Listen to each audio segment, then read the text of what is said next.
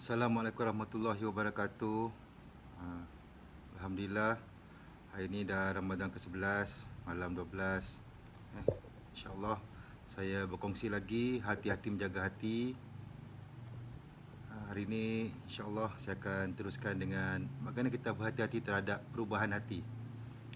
Okay, sebelum kita teruskan, kita mulakanlah dengan umur kita Al-Fatihah sambil kita niat. Semoga ilmu yang dikongsikan ini InsyaAllah dapat memberi manfaat kepada kita semua dan semoga kita dapat amalkannya. Bismillahirrahmanirrahim.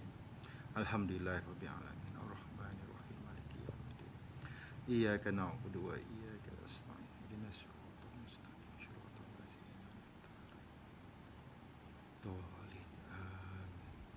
Bismillahirrahmanirrahim. Allahumma salli ala sayyidina Muhammad. Ya, alhamdulillah. Okey.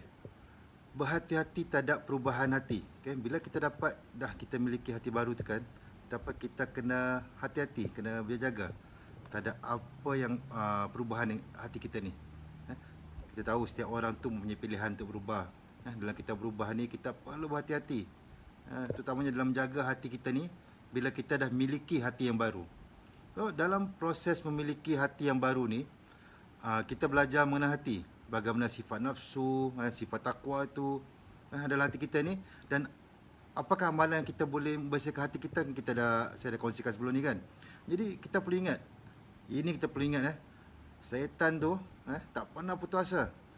Dia pun dah berjanji kan, dia minta pada Allah kan, yang dia akan terus menggoda kita, kiri kanan atas bawah semua. Memang dia dah, tu dah janji dia. Jadi kita kena memanfaatkan peluang untuk berubah ni sebelum batas kehidupan kita terakhir kita, iaitu apa? Sebelum ajal kita sampai. So, setiap jiwa tu of course kita akan merasakan kematian. Tapi kita ingat, semua yang merasakan tu tak pasti. Mungkin tak semua akan punya persiapan.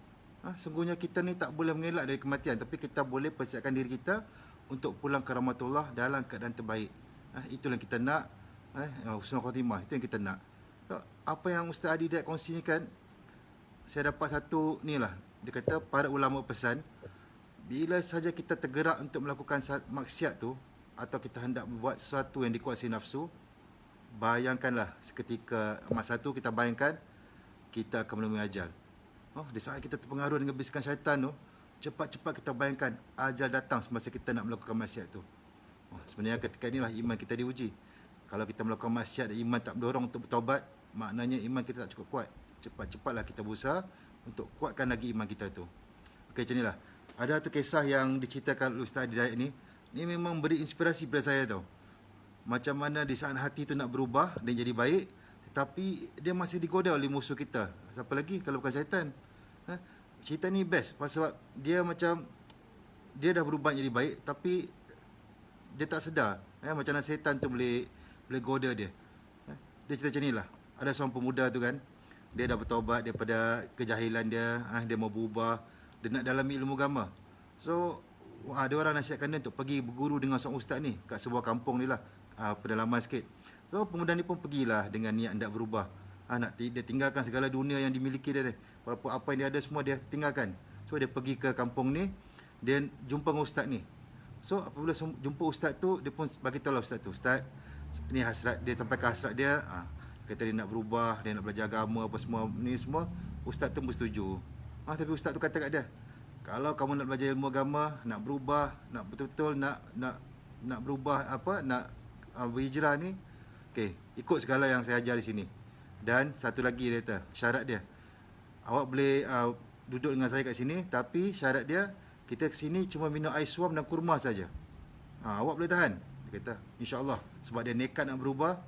Pemuda tu pun bersetuju. Dia bersetuju, dia berjanji untuk ikut segala yang dia ajar dan sanggup menahan nafsu makan dia hanya dengan minum air suam dan kurma sahaja. So pemuda ni pun dia mulakanlah perjalanan hidup dia baru dalam usaha menjadi seorang yang baru, yang berubah kan, berhijrah. Dia nak lebih dekat dengan Allah SWT. So setelah beberapa hari, berbulan, pemuda ni jadi makin baik. Mengaji dia, pantangan agama dia, akhlak dia, kelakuan dia. Dia macam jadi orang yang baru, lebih baik. So sedang pemuda jadi lebih baik kan, tiba-tiba dia digoda oleh musuh kita. Siapa lagi? Syaitan tu lah. Syaitan pun mulakan kerja dia untuk menggoda. Sebab kita kena ingat tau, hati-hati tau. Kadang-kadang syaitan ni kan, kalau ada orang nak berubah kan, dia biarkan je orang tu berubah dulu. Tapi lepas tu dia bertindak, kalau kita silap tak kuat, bisikan dia serap, kita boleh terjatuh balik. So kemudian dia dah berubah kan. Dia dah jadi baik, tiba-tiba setan ni lah buat peranan dia. So apa yang berlaku pemuda tu? Setan ni goda ni senang aja dia kata. Setan ni macam buatkan dia berfikir. Benar macam fikir kan. Selama aku duduk di sini kan, apa yang ada cuma air suam dan kurma aja. Dah berapa lama ustaz ni makan kurma dan kosong aja kan. Kesian pula aku kat ustaz ni. So lalu dia pun digoda lagi. Apa kata kalau aku pergi cari makanan sedap kat ustaz aku ni? Mesti ustaz aku suka. Lagipun aku ni nak bala budi ustaz yang dah ajar aku. Dah percuma tu bagi makan. So aku nak cuba nak berbakti pada ustaz dengan cari makanan yang sedap untuk bagi dia. So betapa setan yang menggoda dia, suruh dia buat sesuatu yang baik, tapi hakikatnya melanggar apa yang ditetapkan oleh ustaz tu. Kita kena ingat bisikan syaitan tu kan, sebenarnya saya memang tengok apa Agim cakap. Ustaz Agim cakap ni memang best. Bisikan syaitan itu bisa membuatkan sesuatu yang tak baik itu menjadi indah. Dia nampak macam baik, bagus je, tapi benda tak elok. Sebab apa? Kan ustaz tu dah tetapkan kat dia kan, kat sini cuma boleh makan kurma dan air suam je. Tapi dia macam digoda kan. So dia kata, aku nak pergi carilah makanan kat orang kampung ni. Ustaz aku ni, dia kata seorang guru agama dikenali. Mesti dihormati orang kampung ni kan. Mesti dia orang tolonglah bagi makan sedap. Mesti ustaz suka ni kalau aku cari makan sedap untuk dia. So pemuda ni pun dia cepat keluar. Dia keluar dari kawasan tu, pergi ke kawasan kampung dengan niat ingin berbakti.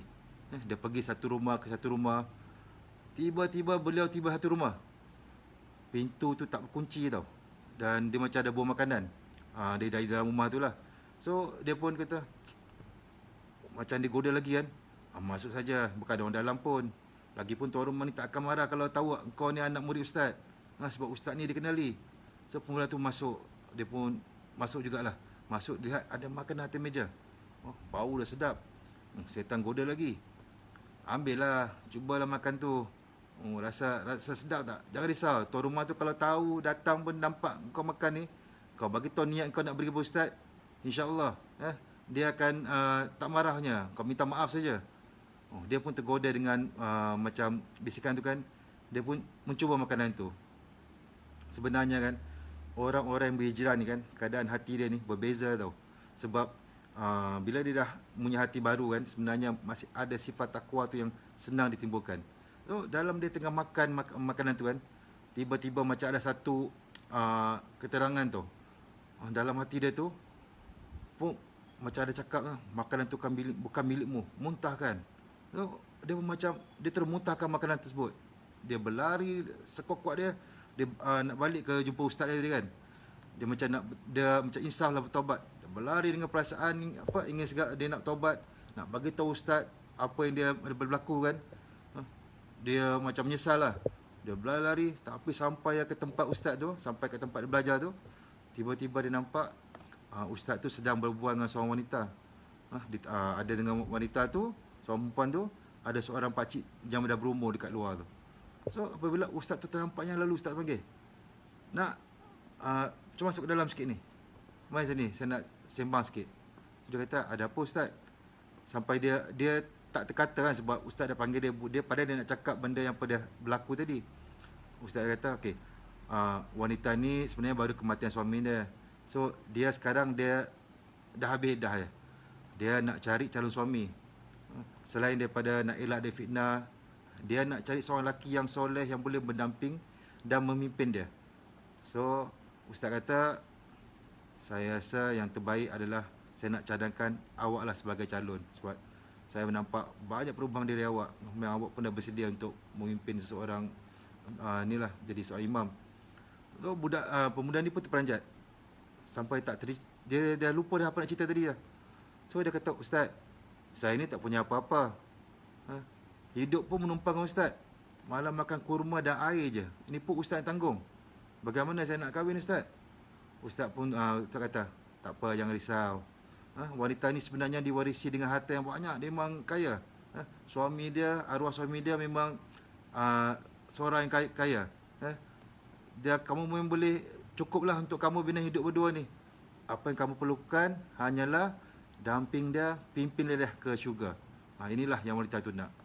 So pemuda ni pun setujulah. Sebab apa yang ustaz tu cakap, memang guru dia cakap tu memang terbaiklah bagi dia. Rupanya pakcik yang kat luar tadi tu adalah bapa pada wanita ni. So kat situ jugalah mereka bernikah. Dengan bapa pada wanita tu menikahkan mereka. So lalu wanita tu pun minta izin tuan guru tu, ustaz tu, untuk bawa suami dia ni, suami baru ni balik ke rumah yang tak jauh daripada kampung. So pemuda tu pun minta terima kasih kepada ustaz, dia minta maaf apa semua, dia bersalam. Dia pun ikut wanita tu untuk yang baru dinikah tu nak balik ke rumah dia orang lah. So mereka berjalan ke kampung. Tiba-tiba hati pemuda tu macam rasa gelisah tau. Apabila perempuan ni tiba-tiba berhenti kat sepas sebuah rumah. Rupanya rumah tu lah yang rumah yang sama pemuda ni masuk tadi. Dia pun kata kat perempuan tu, kenapa berhenti kat sini? Selalu isteri dia yang baru nikah tu jawab, wahai suamiku, inilah rumah kita. Mulai hari ini, inilah rumah kita berdua. Jom masuk. Pemuda ni jadi lagi gelisah lah. Gelisah, gementar.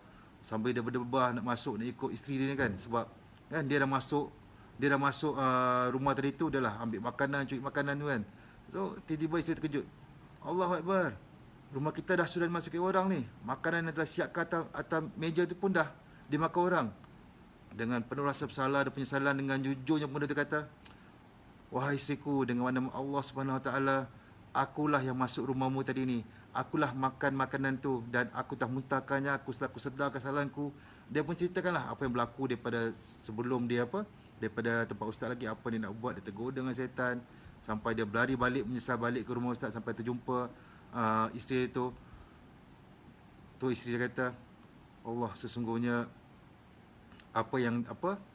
yang makanan tu sebenarnya memang dia buat, dia masak untuk bakar suami dia.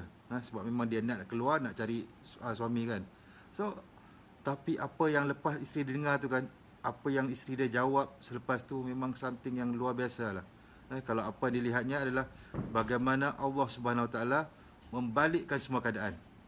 Dan jika ada terdapat, kalau semua wanita ni macam ni kan, insya-Allah amanlah dunia. Macam mana dia bersangka baik terhadap apa yang berlaku, semuanya adalah Allah tetapkan, semua adalah yang terbaik. So dengan tenang isteri berjawab, demi Allah Subhanahu Wa Taala, setiap makanan yang dimuntah olehmu itu adalah kerana Allah. Allah telah menggantikan semua hidangan tu, tempat hidangan tu, dan dengan pemilik hidangan tu sekali kepada kamu.